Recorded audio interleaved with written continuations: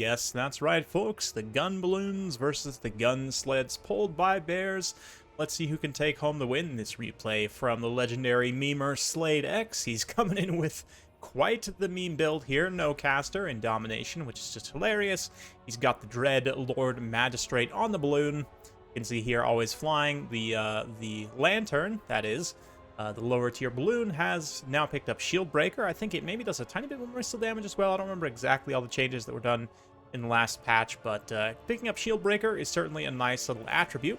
What that does mean is that these like peasant archers and so forth will not be subject to the shields when shooting at these Zargard.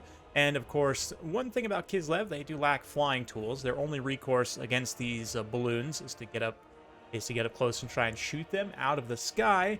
And also, of course, Cathay going with very little infantry here in the initial starting army. You can see that this Kislev player, this is a ladder battle, definitely no tournament rules being followed here, as he has 4 light war sleds, 2 heavy war sleds in his starting army with Patriarch leading the way, Boyar in reserve. You got Warbear Riders, Griffin Legion, and 5 heavy infantry. So very small build, very elite build. 2 Zargard, 3 armored Kossars. For Slades, Cathay, Magistrate on the balloon. He's got 2 junks, 2 more balloons, 1 fire rain rocket, some Jade Lancers, peasant archers, a cannon in reserve, 2 more Jade Lancers, 3 halberds, 5 Jade warriors with sword and shield, and 4 peasant archers. So let's get into it and see if the balloon cheese can defeat the sled cheese. Yes, in for some fun war machines. When Total War Warhammer 3 was announced, these are units that aesthetically and sort of thematically I was a big fan of. I always loved war wagons, the just like random human contraptions like the steam tanks and other sort of... It's like realistic adjacent, obviously not super realistic to have bears pulling a sled with dudes with guns in the back, but I mean war wagons certainly existed in real life. Like these balloons are ostensibly powered by like Phoenix cousin things that are trapped inside. Again, not realistic at all, but still very, very cool and thematic, and I don't know why. Just as a human enjoyer, it's, you know, imagining myself in the Total War Warhammer setting, like, the best I could aspire to is to be, you know,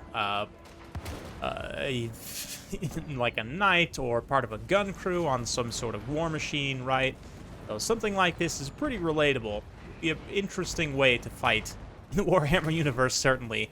And one thing to notice as well is that the rocket lanterns here, the junks, or sorry, not the lanterns, the junks even, they do also have the guys with the rifles on the side. They don't have the shield breaker trait, but they still will deal a little bit of armor piercing damage with those shots once they get up close. So for the time being, the balloon lord here, the magistrate, is getting focused. He is very cheap on this mount, all things considered. And right now he is taking quite a bit of damage. All of these sleds here just focusing their fire. Of course, they have their own armor-piercing ranged attack, but in terms of a raw trade here, value-wise, Cathay, even though speed, they couldn't stay away, they could try and pull out of the range of the rifles of the sleds, because the rifles of the lanterns have much greater range. I mean, obviously, the Sky Junks have artillery range, right? But you can see here, the Balloon Lord goes down. Not a big loss, though. He can be summoned back in, of course. And the cavalry now to countercharge in to keep the sleds back. The rockets, the ground rockets, aren't really doing much at this point. But there's just so much balloon power here that the damage is being done slowly over time. It's a fairly even trade value-wise so far. Unfortunately, we don't get to see the army value breakdown here in the corner like you can in a live game, but just in terms of kind of tactical evaluation here, a lot of these sleds have taken quite a bit of damage. Yes, losing your lord sucks for Cathay, but it's less important in Domination than it is in other game modes, considering they can come back some horrendous friendly fire on those peasant archers right there. Oh, I love to see that. But yeah, the sleds here, I mean, they're not being super aggressive right now. They're just kind of sitting in this big death box. Not that they really have any infantry units to go after. And even fighting the Jade Lancers, armor-piercing chariots often can fight heavy cavalry reasonably well in melee, but when they're getting shot by all these extra armor-piercing missiles and everything, it's really not great. See the balloons also still just hanging around here, taking an advanced position. So much ammunition left on there as well, and that's the thing, is even though the lanterns here haven't even come close to paying for themselves. This one's like not even a third of the way there yet. This one's a little more than a third of the way. Junks are obviously doing a bit better, but still not paying for themselves. But just like tactically, again, the fact that the sleds have no recourse to be able to respond other than just to shoot back, which, I mean, if we actually mathematically calculate here, it's a little bit weird because I think this shooting attack is reflective of each one of these dudes. And there's, what, 5 dudes per sled, right? There are 4 dudes per sled. Okay, so there's 4 dudes per sled actually shooting, and then the driver. So I'm not sure if the driver actually shoots. I probably should have checked that. But anyway, so essentially it's 4 dudes, right? And the lantern also has 4 dudes, but the missile damage is significantly higher here. Now, obviously, it doesn't have any melee capabilities whatsoever, so you would expect the missile damage to be higher, but that does mean in a raw shootout that the balloons will win. And they're also cheaper, at least the lanterns are. Of course, the junks are significantly more expensive, so masking them in a situation like this, where you have, 5 in total with 3 and 2, including the Lord, is a lot, but they have mostly managed to prevail against the sleds. There's still 3 light war sleds hanging around here, but all the heavy sleds have been dealt with pretty much. Yeah, some units went over there. We had these Jade Halberds go capture this objective. Now going to flee away from some Tsar Guard. More Jade Lancers coming in over here. Continue fighting. Another Halberd went over here and capped this objective. So Slade being very sneaky with his Jade Halberd summons onto those side objectives, keeping them captured, while also keeping Kislev's focus here in the center with all these balloons and the cavalry, continuing to just make mincemeat of the sleds. I know some people hate the ice on the sleds. For campaign, there are mods to give them like actual sled tracks, which is pretty cool. I actually do use one of those mods, also adds some units for Kislev, also reskins the Zargard to make them look more unique and distinct from the Kossars, which I'm a big fan of. Definitely, modding has kind of given me a new lease of life in campaign, at least. Probably start streaming that sometime soon. Maybe I will tonight or tomorrow, who knows. I always think, like, I should stream campaign and then never quite get around to it, but anyway. Another balloon goes down, leaving just the 1 junk and the 1 lantern left, but there are no more sleds originally. This one had to get resummoned. Well, I guess there are still a couple just barely hanging around here, but the Patriarch also goes down, got bogged down in Jade Lancers and Jade Halberds and just dragged to the earth. Cannons being summoned now as a replacement for the rockets. They will be able to apply much more consistent damage against the sleds themselves than the rockets were able to, so that's a great summon in. And in terms of tickets, it looks like Slade wasn't quite able to capture. He was very, very close, but unfortunately the Zargard were able to get in there in time, and they will slowly grind down those Jade Warriors over time, so deploying some Peasant Archers there to go help out in that fight.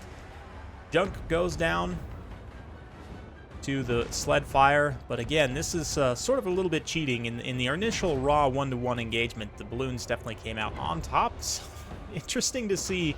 I mean, a lot of people really are not fans of the sled cheese. I was a fan of the sled initially, but the fact that it's been so OP for so long does kind of make me not enjoy using it as much.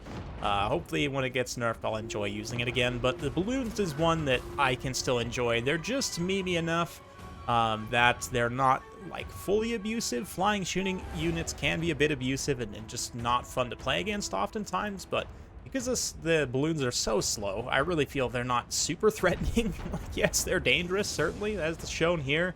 They can definitely provide some great tactical value to help balance out a fight, especially when your opponent doesn't have much way to get at them, but they're still just fun and weird and unique, and I really like that, I guess, is what I'm trying to say.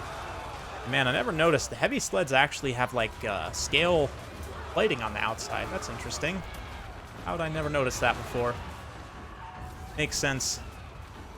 But the sleds, again, just kind of over-blobbing here. Not really the best micro from the Kislev player, I have to say. Not a lot of cycle charging, just leaving these heavy sleds in sustained combat. It's not what you want to do against the halberds. It's not so much of an issue against the sword infantry, but kind of indicative of a player who's just been using the sleds, sort of abusing their power level without really learning how to use them effectively, right? Chariots in general, you want to always keep them moving, and sleds are no exception to that. The best use case, even with them being OP, is still to have them cycle charging taking advantage of that charge bonus as much as possible. Impact damage, especially even more so now than ever, actually, with impact damage being reworked to be more impactful, you might say. Oof, nice cannon hit, though, right in the center of that formation. Kislev did manage to wrest this center objective and also get their own sort of home side objective as well. So Cathay only holding this one side for the time being, but Jade Halberds, Jade Lancers are doing an okay job. And the infantry push from Cathay is starting to get together. There's more sleds coming through, though. We'll see, perhaps more balloon summons, or maybe just Sled will just rely on the cannons from here on out. We'll see. Definitely going to be a tough situation, even with the early advantage from the balloon versus sled fight. But again, the Kislev player not really fanning out and like attacking from multiple directions, just kind of barreling all in. It does lead to the unit models getting trapped up a little bit there. They're just not going to be as effective in combat when used in that manner. But definitely, you want to practice when you're going to be using any faction with effective chariots, especially against Cathay, dwarfs, other factions. You will want to use chariots effectively if you can. Just learn to do so. There's definitely greatly benefits. Even if you're using the OP chariots, you still want to use them correctly. Anyway, points-wise, Kislev is starting to take a little bit of a lead. Let's see, there's more Jade Lancers coming in. More Jade Lancers piling into this fight here. They're actually going to do a reasonably decent job in keeping those sleds held back. They do trigger the Buy Our Blood. And since the armor nerf of the light war sleds, I do find that heavy cavalry, light cavalry has a better time of dealing with them, which, you know, historically, obviously, cavalry was the counter to chariots in our own timeline, so I would hope that that would be the case also in Total War Warhammer. More sleds coming through, though. Just relentless spam of sleds. Constant, endless. It is the way of things, right? Rockets brought back in here. We've got some more peasant archers, some Jade Warriors standing in here, just giving all these missile units harmony to buff their fire rate. But more Jade Warriors came over here. Those Zargard that we're holding for quite some time, these peasant archers dumped literally all of their ammo into them almost, and able to win that fight. So Kislev should be able to wrest back that side objective. Control from Kislev over here, same thing. More Jade Lancers piling in. No reinforcements for Kislev as they've been focused completely in the center. Means that those Zargard will just be left out to dry. They were able to hold out for quite some time. Probably got quite a bit of value. But now here in the center as well, these Griffin Legion, the Armored Cossars getting pounded. And more, Kislev is going to start to run into army value issues where they just don't have enough units on the field, can't mass enough power to even stand on the center objective. We'll see. I mean, these units are all pretty much gone. In terms of healthy fighting power, they've got, what, 2 sleds on the field, and everything else is pretty much combat ineffective at this point. So, yeah, things are looking pretty dicey for Kislev. Keep it close onto the artillery and cavalry here. Rockets flying overhead as the Jade Lancers duke it out in combat with the Bear Sleds in melee on this little hillock here, little rise. More bears over there, mauling more Jade Lancers. And here, this sled will be able to come in and definitely beat these Jade Warriors and the Jade Halberds in melee, but the fact they have so much capture weight means they'll be able to outweigh for quite some time. Yeah, interesting, significant damage there. We'll see. We'll kind of keep that in the background. In the foreground here, though, artillery still fighting. Peasant archers, and looks like Sled, you see he unsummoned some of his very weakened melee infantry there. Very important whenever you're playing as an immortal faction in Domination. You got to be on top of unsummoning your very weakened units so that they can heal and you can have something to spend your supply on. You can see Slade's got over 2,000 supply here, probably waiting on a few units to come off of cooldown, healing so that he can bring them back in at this point. But not so much of an issue with demons and in the future undead, but for the time being, for mortal factions, you definitely want to be aware of that as much as possible. Looks like the sleds were able to win. No surprises there. Peasant archers now coming down just to contest and continue to provide capture weight. In the meantime, other sleds coming through in the center, finally broken through to the actual cannons themselves, finally worked through all of those Jade Lancers and Cathay and cavalry, but even still, the archers coming into melee here. Got halberds that can get a little rear charge in here. Not to mention, I mean, the mass of the cannons themselves does stop sleds, which is an interesting thing to note. It's one of my favorite tournament games I ever saw in my entire, I guess, career of casting these Warhammer games. I remember another legendary figure of the community, Shetland Apache. I remember watching a tournament game of him playing the dwarfs where he actually used his bolt throwers, right? The cheap 550 cost bolt throwers as chariot roadblocks, essentially, using them like a little mobile fortification. And he actually ended up winning that battle. It was a very interesting strategy to see. I don't know, obviously this is probably not intentional from Sled to be completely blocking the sleds with his artillery here. You do run the risk of that happening also, which is that the sleds will actually break the artillery models, and you can see this one is destroyed here, no longer able to be used. So something to be aware of there, but kind of a funny little interaction. I've seen some videos recently of people posting on Reddit and other places of bugs where their lord like gets stuck in between a couple of the corpses of the sleds because they do actually have mass even after they die. Also an interesting thing to note, again, if you had cheap artillery like the dwarfs, you can, I guess in Domination, tactically like move up, drop the artillery piece, because you can actually manually tell them to drop the artillery, right? Have the crew run off and unsummon them and bring them back in, and by that method you could sort of build walls in Domination. I don't know. We'll have to see in the future if that's something that dwarfs can do. That would be kind of hilarious to see. Wouldn't be very efficient, I don't think. You'd be paying quite a bit to just sort of constantly be resummoning. But I do want to see someone try it, I think. Cathay and artillery, unfortunately, is too expensive, I think, to really do that with any kind of viability. But anyway, back to the battle at hand. Bear Calves came over here and seized this side objective. Slade's at a little bit of risk of getting 3 capped here. He is far enough ahead, though, that if he holds 1, he should still win. It's going to be very, very close. But, yeah, like, extremely close. But he may need to recap the center objective ever so briefly. He does have a pretty good infantry force coming to do just that. There's the one sled here contesting. Some more armored Kossars, but you can see he brought out some more balloons as well. The lanterns coming through. The lanterns can draw the fire of the sleds and other ranged units. That's great. It means those shots are not killing infantry models, right? So more Jade Lancers being brought in. Perhaps go contest this side objective. Is pretty hopeless, but even just to keep those Bear Riders from capping the objective, I mean, obviously the Jade Lancers are going to lose horrendously there, but now here in the center, you can see the capture rate start to tick up. We got more heavy war sleds coming over. Kislev's only 300 victory tickets behind, less than 300 victory tickets behind, so looking pretty dicey. We'll keep the UI scoreboard up. You guys can see as we draw close to a finish here. Sled just piling everything in. Will it be enough? I don't know if he even has enough time to capture the center objective before he wins, but it looks like he's going to be able to take the victory, and pretty decisively now with all of these units moving up. Yeah, he may actually even get the cap. Yeah, there's no way. Kislev needed the 3 cap there. They got pretty close, but Sled able to hold on for the win.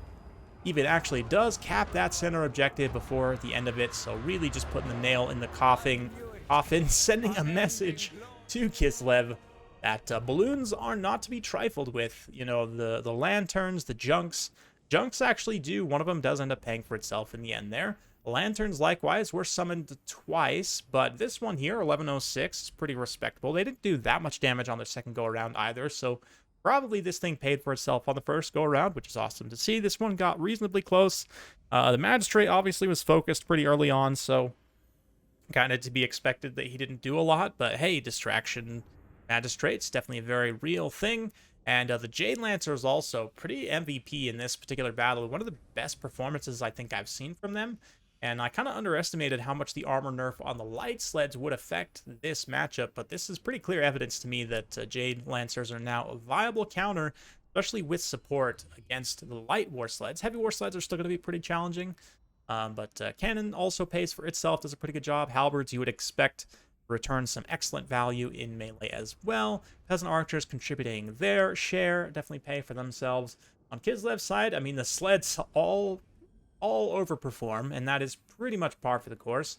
Even some of them being summoned multiple times are like, could have summoned these guys 3 times and they still would have been cost effective, right? So pretty crazy there, but Sled able to hold on and limit the damage well enough to still win the battle. Pretty impressive stuff. Zargard also tactically did a pretty decent job of holding. I think you just needed a few more cheap units to act as reinforcements. Like, probably would have cut a couple of these armored Kossars.